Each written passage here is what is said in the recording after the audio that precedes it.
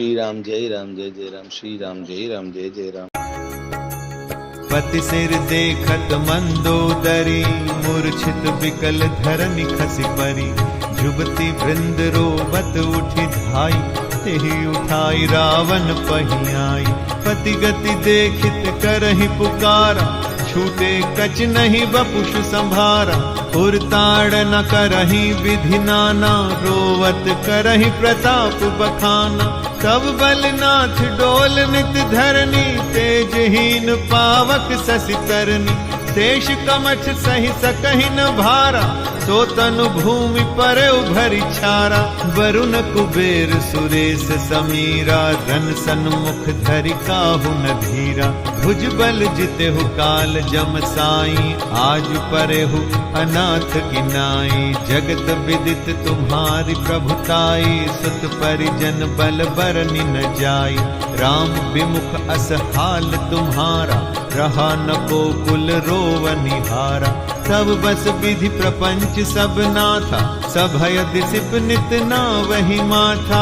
अब तव सिर भुज जम्बुक खाही, राम विमुख यह अनुचित नाहि। काल विबस पति कहा न माना, अग जगन्नाथ मनुज करि जाना। पति के सिर देखते ही मंदोदरी व्याकुल और मूर्छित होकर धरती पर गिर पड़ी। स्त्रियां रोती हुई दौड़ी और उस मंदोदरी को उठाकर रावण के पास आई। पति की दशा देखकर वे पुकार पुकार कर रोने लगी।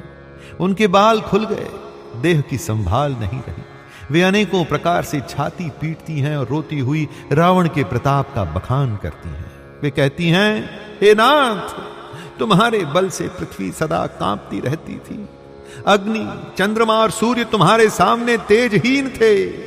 शेष और कच्छप भी जिसका भार नहीं सह सकते थे, वही तुम्हारा शरीर आज धूल में भरा हुआ पृथ्वी पर पड़ा है। वरुण, कुबेर, इंद्र और वायु, इनमें से किसी में भी रण में तुम्हारे सामने धैर्य धारण नहीं किया।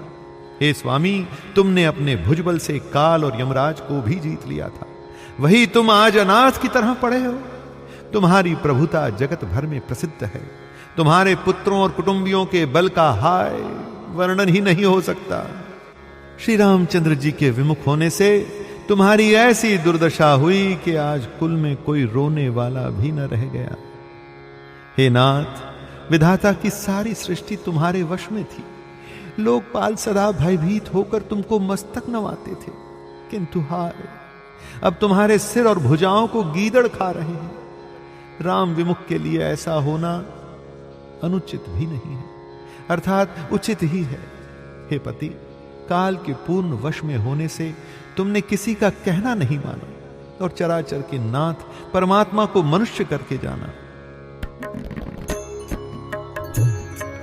जान्यो मनुज करि दनुज कानन, दहन पावक हरि स्वयं।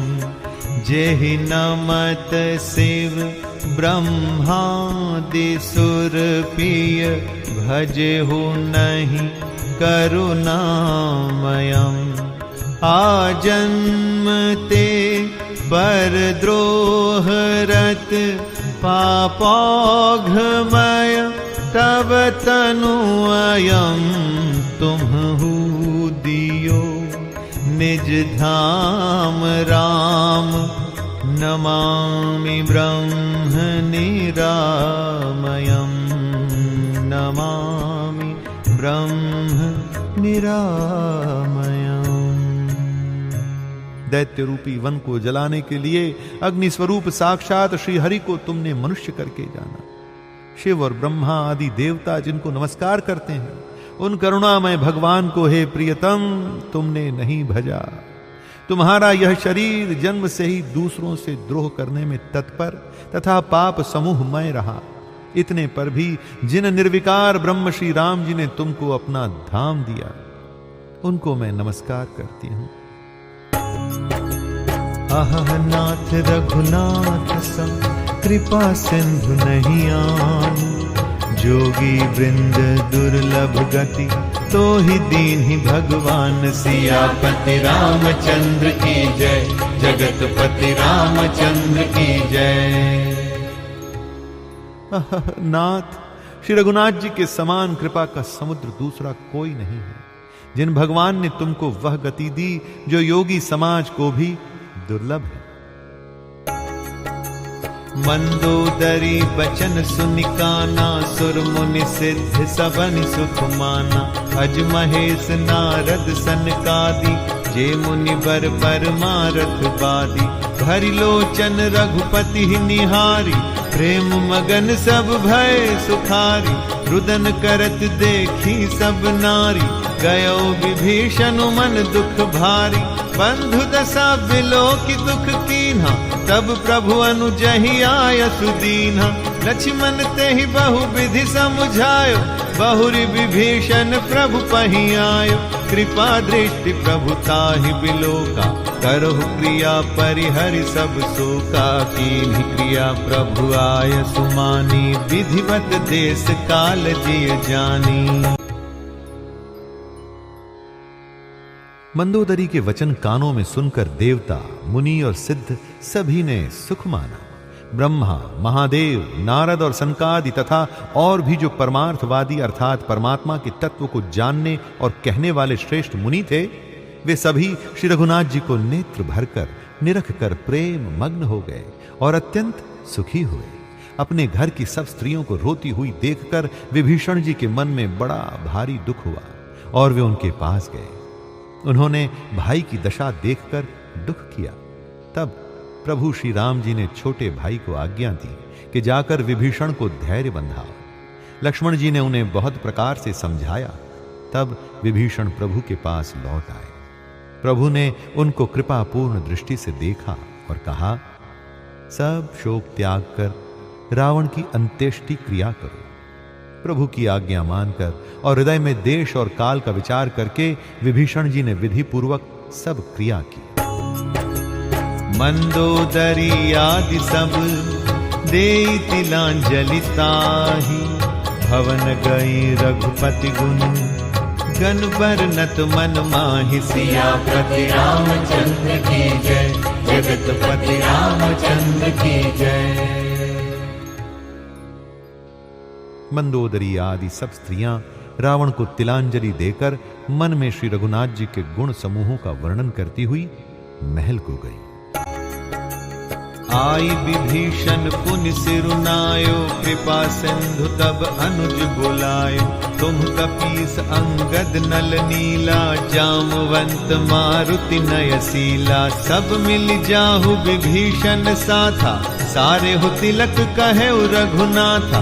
पिता बचन मैं नगर न आवऊं, आप सरिस कपि अनुज पठावऊं। तुरत चले कपि सुनि प्रभु बचना, कीन्ही जाय तिलक की रचना। सादर सिंहासन बैठारी, तिलक सारी स्तुति अनुसारी। जोरि पानी सब ही सिर नाई, सहित विभीषण प्रभु पहि आए। तब रघुवीर बोली कपिलीन्हे, कहि प्रिय बचन सुखी सब कीन्हे।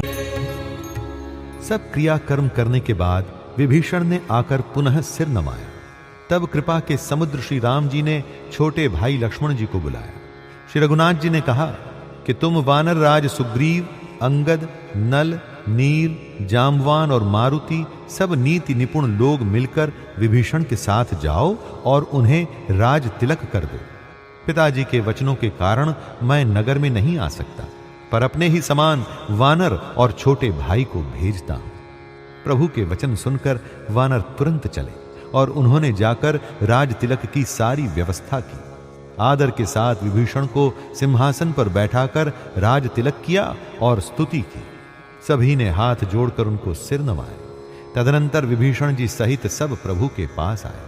तब श्री रघुवीर ने वानरों को बुला लिया और प्रिय वचन कहकर सबको सुखी किया। किए सुखी कही बानी, सुधा सम बल तुम्हारे रिपु भयो।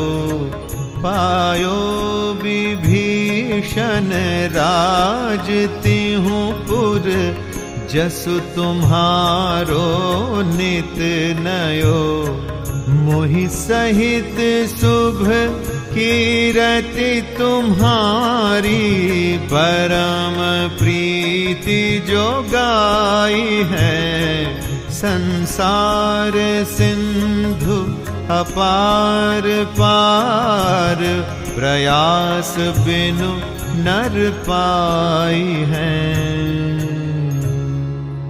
भगवान ने अमृत के समान ये वाणी कहकर सबको सुखी किया कि तुम्हारे ही बल से यह प्रबल शत्रु मारा गया और विभीषण ने राज्य पाया। इसके कारण तुम्हारा यश तीनों लोकों में नित्य नया बना रहेगा।